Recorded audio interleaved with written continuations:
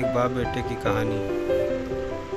किसी गांव में एक कारीगर रहता था जिसका एक लड़का था। कारीगर अपनी छोटी सी झोपड़ी में टोकरी बनाता था जिन्हें वह 20-20 रुपए में बेचा करता था।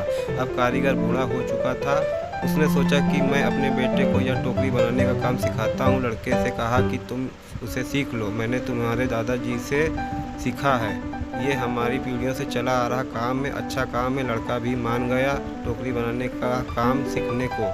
पिताजी ने लड़के को टोकरी बनानी सिखाई और उसे बाजार में बेचकर आने को कहा। लड़का टोकरी को लेकर बाजार गया और बेचकर आया ही था। पिता ने पूछा कि उदास क्यों हो? लड़का बोला कि मेरी टोकरी बनाई हुई केवल 10 रुपए में बिकी। पिताजी ने कहा कोई बात नहीं, आज तुम्हें और अच्छे से टोकरी बनानी सिखाता हूँ।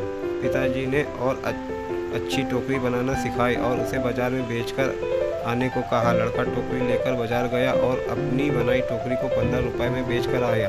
लड़का अब भी उदास था। पिताजी ने फिर उदासी का कारण पूछा तो लड़के ने कहा कि टोकरी केवल 15 रुपए में बिकी। पिता ने कहा कोई बात नहीं, धीरे धीरे तुम्हारी बनाई हुई टोकरी अच्छे दामों में बिकने लगेगी, तुम अच्छे से टोकरी बनाना सीखते रहो। पिता ने और अधिक अच्छी टोकरी सिखाई और टोकरी बनाकर बेचने को कहा। लड़का बाजार गया और उस दिन उसकी टोकरी 30 रुपए में बिक गई। पिता ने यह सुनकर लड़के से कहा बहुत अच्छा, चलो आज तुम्हें ऐसी टोकरी सिखाऊंगा जो 40 रुपए में बिक सके।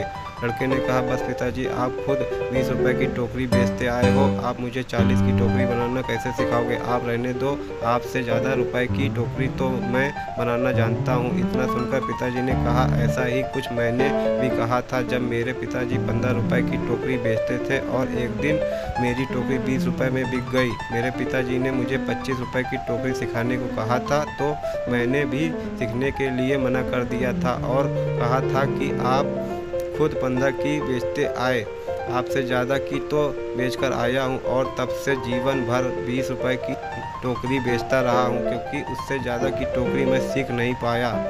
ये कहानी हमें सिखाती है कि हमें थोड़ा सा सीखने पर यह घमंड नहीं होना चाहिए कि अब मैं सब कुछ जानता हूँ, क्योंकि ऐसा हो सकता है कि हर कोई कुछ ना कुछ आपसे अधिक जानता हो।